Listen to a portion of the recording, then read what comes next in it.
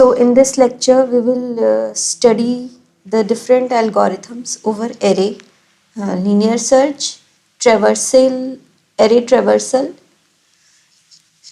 So in linear search, we have to find any element in the array. तो इस algorithm में हम देखेंगे कि अगर हमने एक एरे ली है और हमें एक प्रोग्राम लिखना है जिसमें हमें कोई एलिमेंट सर्च करके बताना है कि वो एरे में प्रेजेंट है या नहीं है, तो इसकी एल्गोरिथम हम कैसे लिखेंगे। एक हमने एरे ले ली, ये एल ए के नाम से एक लीनियर एरे ले लिया और इसमें n एलिमेंट्स हैं और k क्या है, k हमें k is a positive integer such that k की वैल्यू जो है n से कम होनी चाहिए। तो इसमें सबसे पहले हमने एक वेरिएबल ले लिया जिसको हम लूप के लिए यूज़ करेंगे। Repeat steps 4 to 5 while j less than और लेस देन n। ठीक है, अगर एरे का साइज अगर मान लीजिए n की वैल्यू है 5, तो एरे के इंडेक्स कहाँ से शुरू होंगे, 0 से लेकर 4 तक, इसलिए हमने यहाँ लेस देन लिखा हुआ है, लेस देन इक्वल टू नहीं लिखा है। फिर हम हर आइटम को चेक करेंगे। इफ़ एल ए जे मतलब एरे की जेथ पोजीशन वाला आइटम अगर जो आइटम हमें सर्च करना है उसके बराबर है, इसका मतलब हमें आइटम मिल चुका है एरे में, तो हम प्रिंट करा देंगे पोजीशन और आइटम कि हमें जे बता रहा है पोजीशन की कौन से इंडेक्स पे हमें आइटम मिल गया है, और उसके बाद ये एल्गो फिनिश हो जाएगी। और इन केस अगर वो वैल्यू एरे का जेथ पोजीशन आइटम के बराबर नहीं है तो हम लूप को एक आगे बढ़ाएंगे और ये 4 to 5 वाले स्टेप्स तब तक चलते रहेंगे जब तक कि ये लूप कंप्लीट नहीं हो जाता या फिर हमें आइटम मिल नहीं जाता। ठीक है, तो लीनियर सर्चिंग का मतलब है कि अगर हमें एरे में कोई एलिमेंट सर्च करना है तो हमें एक लूप लगा के हर एलिमेंट को कंपेयर करना पड़ेगा उस आइटम से जो कि हमें एरे में सर्च करना है।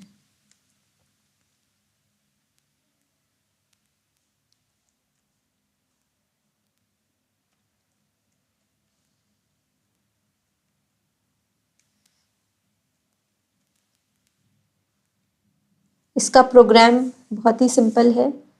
ये मैंने एक एरे ले लिया, मैंने आइटम भी यहीं पे ले लिया 5। मान लीजिए मुझे एरे में इस आइटम को सर्च करना है, आप यूज़र से भी इनपुट ले सकते हैं आइटम। एन में मैंने स्टोर करा लिया कि एरे में कितने आइटम्स हैं, तो एन की वैल्यू हो गई 5 क्योंकि अभी मेरे एरे में 5 वैल्यूज़ हैं। तो सबसे पहले मैंने अपनी ओरिजिनल एरे को प्रिंट करा लिया। ठीक है, इसके बाद मैंने सर्चिंग के लिए ये लूप लगाया है। ठीक है, i is equal to 0, i less than n, i plus plus. अब मैं हर आइटम को चेक करूँगी, एल ए ऑफ आई मतलब आयत पोजीशन वाले एलिमेंट को चेक करूँगी। अगर वो आइटम के बराबर है तो एक प्रिंट स्टेटमेंट आएगा कि फाउंड एलिमेंट %d मतलब जो आइटम हमें प्रिंट कराना है या सर्च करना है, एट पोजीशन क्या कहाँ से मिलेगी, आई से, कि कौन से इंडेक्स पे एरे की हमें वो एलिमेंट मिला है। और हम अब मान लीजिए हमें सेकंड पोजीशन पे ही ये आइटम मिल गया, तो अब क्यों लूप हमारा आगे तक चले, तो लूप से बीच में एग्जिट करने के लिए हम ब्रेक स्टेटमेंट लगा देंगे। ठीक है, तो अगर आइटम होगा तो आपका लूप यहाँ से ब्रेक हो जाएगा और अगर आइटम नहीं होगा तो ये लूप चलता रहेगा। अब मैंने इस इफ़ के बाहर एक और कंडीशन लगाई है, if I equals to n, तो क्या प्रिंट आएगा, item not present in the array. ठीक है, और ये इस ब्रैकेट पे हमारा यहाँ पे फॉर लूप एंड हो रहा है। अच्छा, ये जो मैंने 3 लाइन लिखी है ये इसलिए लिखी है कि हमें कैसे पता चलेगा कि आइटम एरे में नहीं है। मान लीजिए अगर मैं यहाँ आइटम की वैल्यू कर दूँ 5 की जगह 9 कर दूँ। ठीक है, तो 9 के केस में क्या होगा कि जब आपका लूप ख़त्म होने वाला होगा, मतलब जब आई की वैल्यू क्या हो चुकी होगी, 4।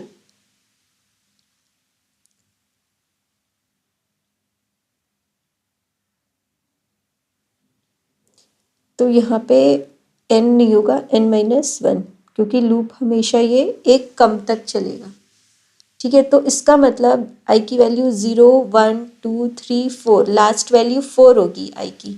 और अगर लास्ट पोजीशन पे भी वो आइटम नहीं है, मान लीजिए मैंने आइटम की वैल्यू यहाँ 9 कर दी और लास्ट पोजीशन पे भी वो आइटम नहीं है, तो वो हमें इस इफ चेक से पता चल जाएगा। If i equals to n-1, मतलब अगर i की वैल्यू 4 हो चुकी है तब ये प्रिंट आएगा कि item not present in the array, क्योंकि अगर लास्ट पोजीशन पे मिल गया होता आइटम तो यहाँ से ब्रेक हो जाता। ठीक है, तो ये कंडीशन, ये 3 लाइंस उसी केस में एग्जीक्यूट होंगी जब आपका आइटम एरे में नहीं होगा। और ये हम मेन फंक्शन से बाहर आ गए। इसको मैं एग्जीक्यूट करके दिखाती हूँ इस प्रोग्राम को।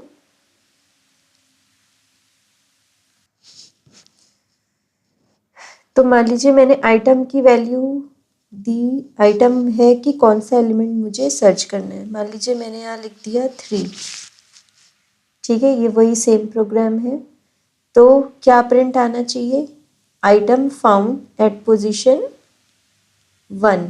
ठीक है, अब इसको मैं एग्जीक्यूट कराती हूँ। तो ये देखिए, ये आपका ये प्रिंट आया, found element 3 eight position 1।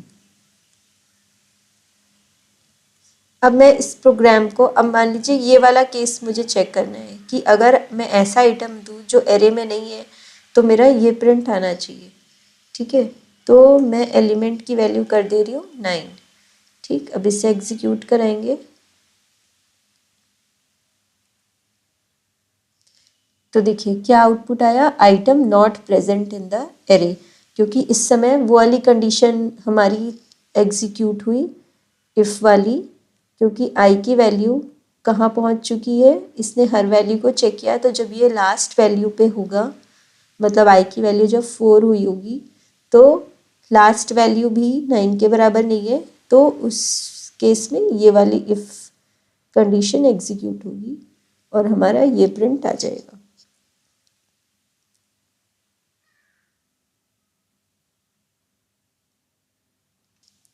Next है ट्रैवर्सल।